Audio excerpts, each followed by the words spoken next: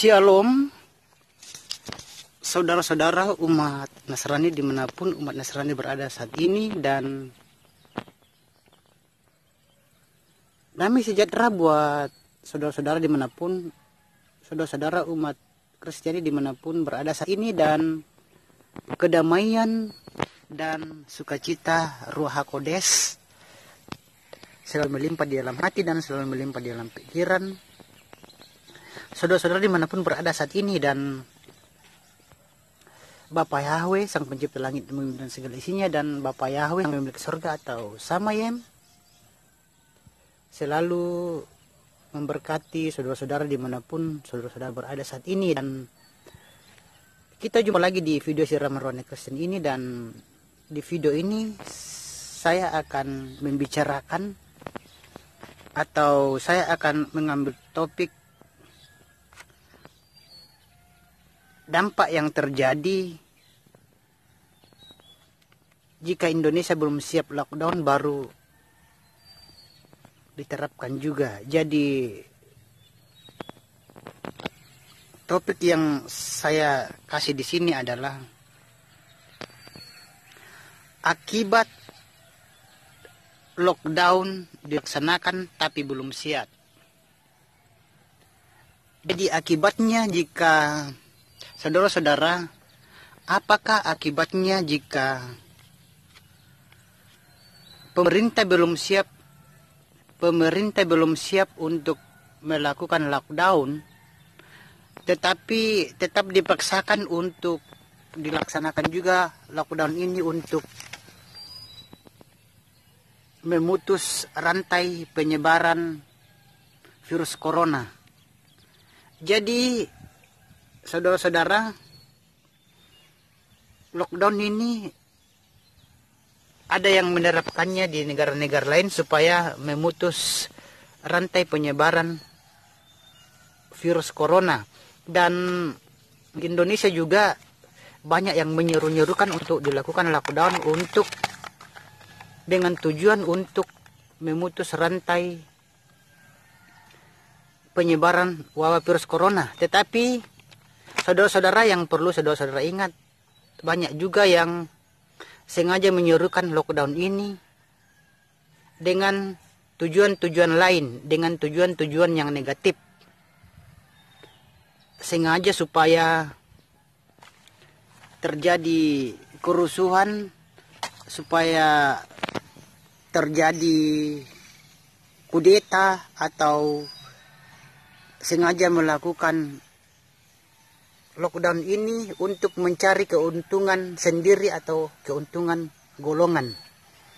Jadi itulah yang harus kita waspadai saudara-saudara. Itulah yang bangsa Indonesia harus waspadai. Kalau kita belum siap untuk lockdown baru dipaksakan juga. Dan di sini saudara-saudara, saya akan memberikan penjelasan kepada saudara-saudara. Di sini ada 7. Jadi saudara-saudara, di sini ada 7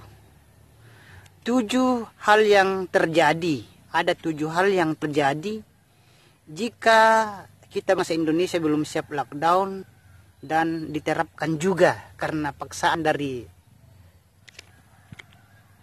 orang-orang tertentu atau paksaan dari masyarakat atau golongan tertentu.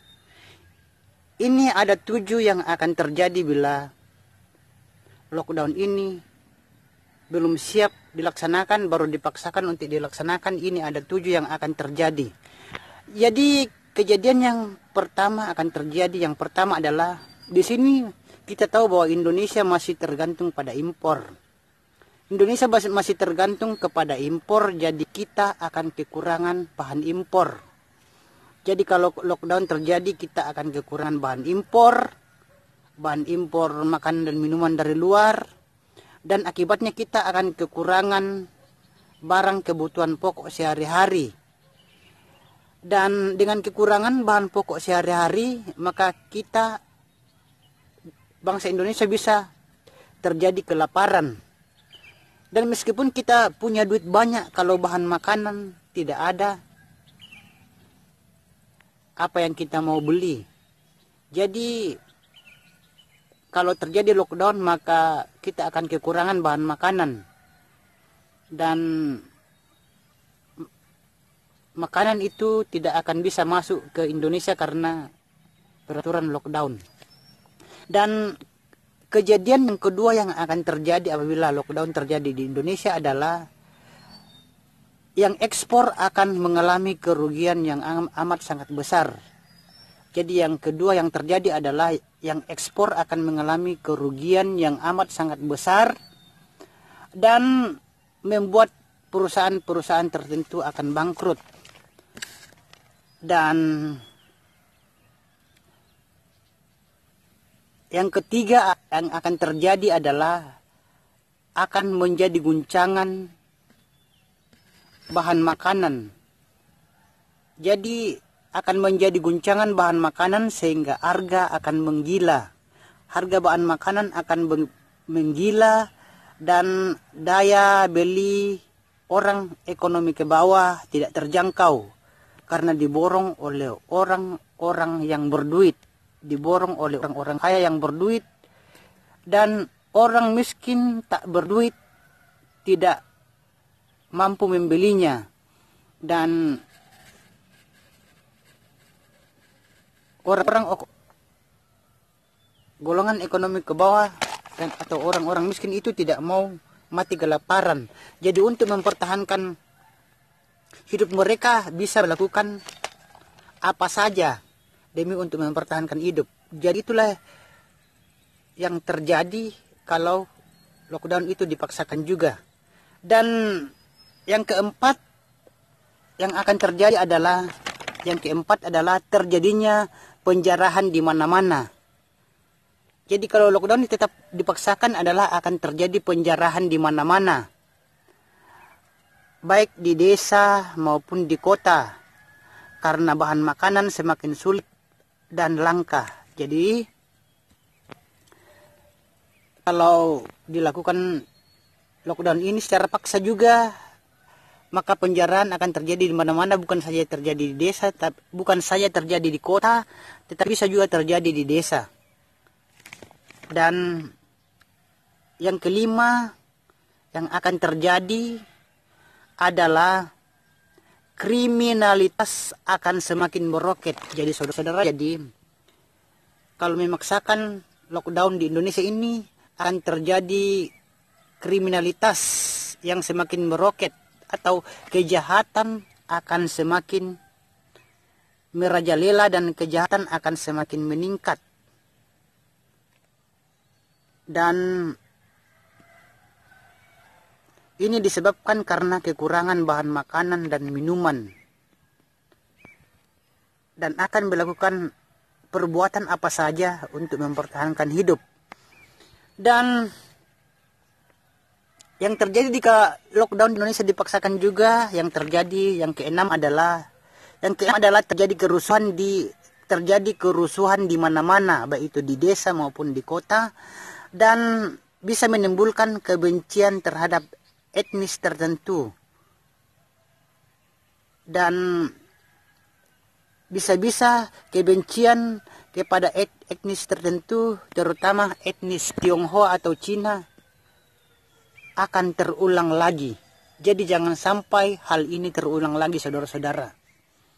Dan yang ketujuh, saudara-saudara, yang akan terjadi apabila lockdown dipaksakan juga di Indonesia adalah terjadinya kudeta karena presiden dianggap tidak becus memerintah.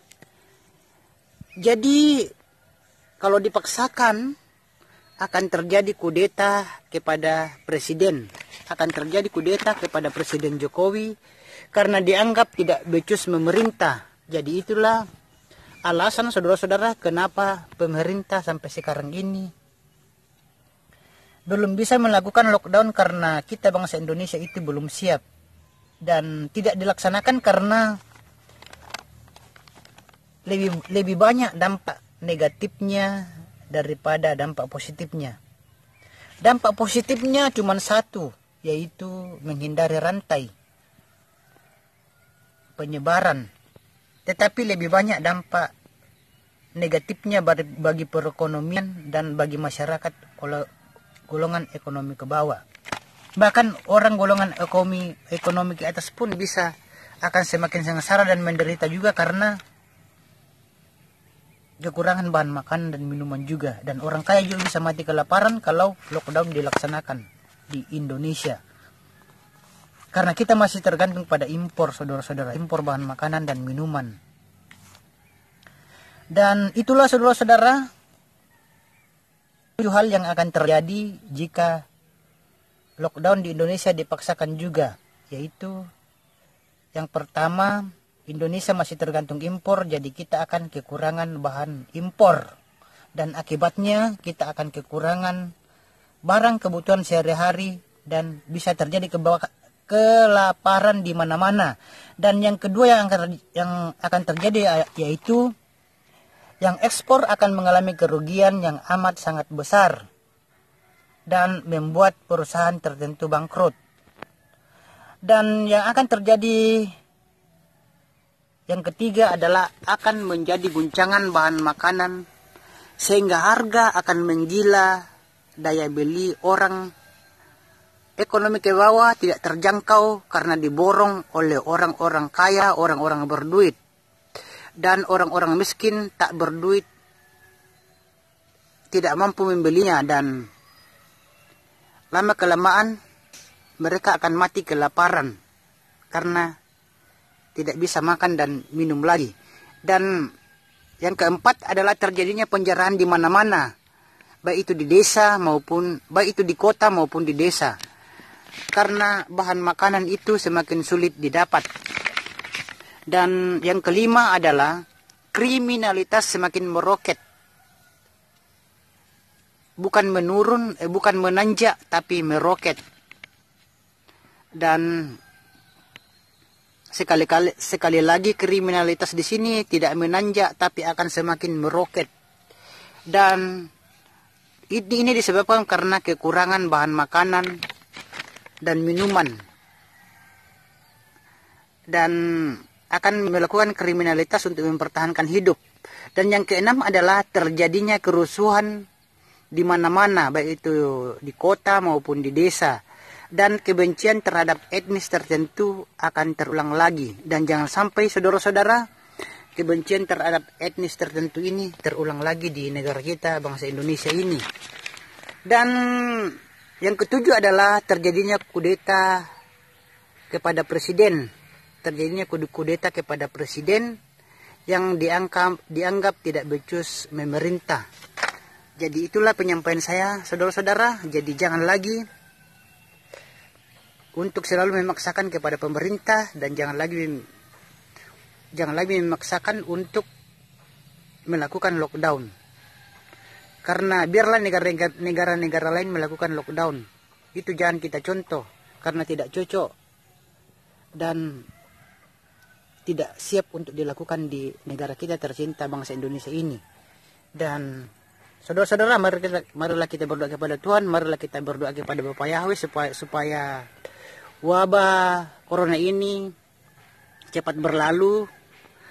Kita berdoa supaya peneliti, orang-orang yang ahli di bidang virus, peneliti yang ahli di bidang virus, dan cepat menemukan vaksinnya yang terbaik dan cepat menemukan obatnya yang terbaik dan menjualnya ke pasaran supaya kita bisa beli, supaya kita tidak kena penyakit corona ini. Dan saudara-saudara, umat Kristen yang berada saat ini, yakinlah dan percaya wabah virus corona ini akan berakhir. Dan janganlah Anda takut, cemas dan khawatir dengan wabah ini. Ini adalah ujian dari Tuhan, ada maksud Tuhan dengan wabah ini. Dan yakin dan percaya kalau wabah ini telah berlalu, yakin dan percaya orang yang dekat dengan Tuhan, orang yang dekat dengan Bapa Yahweh, dan orang yang selalu mengandalkan Tuhan dan menaruh pengharapan-pengharapan kepada Tuhan, yakin dan percaya setelah wabah virus corona ini selesai, kehidupan kalian akan lebih baik lagi, dan perekonomian kalian akan lebih baik lagi, dan apa yang kalian cita-citakan sebelumnya akan terjadi dan akan terkabul setelah wabah corona ini berakhir. Karena itu, saudara-saudara, tetap andalkan Tuhan dalam kehidupan sehari-hari dan menaruh pengharapan kepada Tuhan, dan selalu mendekatkan diri kepada Tuhan, dan selalu mendekatkan diri kepada Bapa Yahweh, Sang Pencipta langit dan bumi dan segala isinya, dan Sang Pemilik surga atau Samayem. Dan sampai jumpa dulu, saudara-saudara umat Kristiani dimanapun berada saat ini. Sampai jumpa di video yang lain dengan topik yang lain. Bapa Yahweh, Sang Pencipta langit dan bumi dan segala isinya, dan Bapa Yahweh, Sang Pemilik surga atau Samayem memberkati saudara-saudara dimanapun berada saat ini, dan sampai jumpa lagi.